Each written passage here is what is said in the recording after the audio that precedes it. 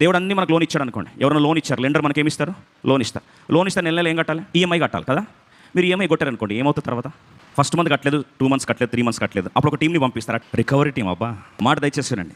Loan తీసుకున్న తర్వాత ఇది చట్టబద్ధంగా రికవరీ టీం వస్తే ఎందుకు వచ్చినావు అన్నావు అనుకో, తర్వాత ఏం చూపిస్తారు? జీవితంలో అన్ని సంతకాలు నాకు తెలిసి ఇంకెక్కడ పెట్టారండి. బ్యాంక్ వాళ్ళకి మీ మీద ఎంత ప్రేమ అంటే పేజీ పెట్టించుకుంటారు. నువ్వు ఎగ్గొట్టిన రోజు అది పట్టుకొని వస్తారు రికవరీ టీం. నన్ను కోర్టుకు పోతా అంటే ఎక్కడికైనా పోరా అని చెప్పి తోమి ఇచ్చిందని ఏం చేస్తారు? జప్తు చేసి ఎత్తుకెళ్ళిపోయిందని ఏం చేస్తారు? ఆక్షన్లో అమ్మేస్తారు. ఇది చట్టం ఒప్పుకుంటుందా? ఒప్పుకోదా? చట్టం ఒప్పుకుంటుంది. ఇప్పుడు నేను ప్రశ్న అడుగుతాను, మరి దేవుడు మనకి ఇవన్నీ లోన్ ఇచ్చాడు. దేవుడు ఇవన్నీ లోన్ ఇస్తే నెల నెల నిజంగా నేనే ఇచ్చానని గుర్తిస్తే, కృతజ్ఞత ఉంటే, సంతోషంగా నువ్వు అయ్యా ఇది దేవుడు ఇచ్చిన భిక్షను గుర్తిస్తే, కృతజ్ఞతగా వాళ్ళకి ఏమి ఇవ్వాలి? ఇవ్వాల్సింది ఇస్తే దేవుని భాగం ఇవ్వకుండా ఎగ్గొడితే అప్పుడు లోన్ వాళ్ళు ఎవరిని పంపిస్తారు? రికవరీ టీం పంపిస్తారు. ఇప్పుడు దేవుడు ఎవరిని ఏ టీం పంపిస్తాడు? దేవుని కూడా ఒక రికవరీ టీం ఉందండి. ప్రభు అంటాడు, పంటను తినివేయు నా సైన్యము అనడానికి ఏం టైటిల్ ఇచ్చాడండి? ఆర్మీ అంటది. ఆ సైన్యం వస్తుంది, ఏసీ ఈ జేబును కొడితే ఇట్లా పడిపోతుంది, ఆరోగ్యాన్ని కొడుతుంది, ఆయువును కొడుతుంది, అన్నిటి కొడుతుంది.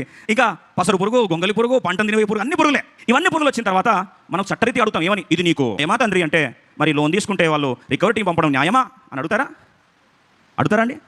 అందుకో దావీదు భక్తుడు అన్నాడు, ఏమన్నాడు చూడండి, 1 Chronicles 29 verse 13 and 14. కృతజ్ఞతగా ఈ దావీదు ఒక మంచి మాట అంటాడు, దేవా మేము నీకు కృతజ్ఞతాస్తుతులు చెల్లించుచున్నాము, ప్రభావము గల నీ నామమును కొనియాడుచున్నామయ్యా.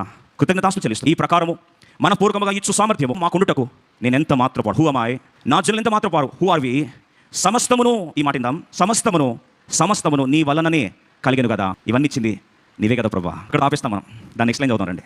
నీ స్వసంపాద్యములో కొంత మేము నీకు ఇచ్చుచున్నాము. కృతజ్ఞతగా ప్రభా ఇవన్నీ నువ్వు నాకు ఇచ్చిందంటే కొంత దేవునికి ఇస్తున్నప్పుడు, ఆ మొదటి పిండిని ఇచ్చినప్పుడు మిగతా ముద్దంతా ఏమవుతుందండి? దీవించబడుతుంది. దయచేసి దేవుని సైన్యము, పంటను తినివేయు మహాసైన్యం వచ్చి నీ ఆరోగ్యాలను, నీ ఆర్థిక పరిస్థితులను, నీ వస్తువులను, నీ బంధాలను, బిడ్డలను దాడి చేయకమునుపే మనలో కృతజ్ఞత ఉంటే మంచిదే.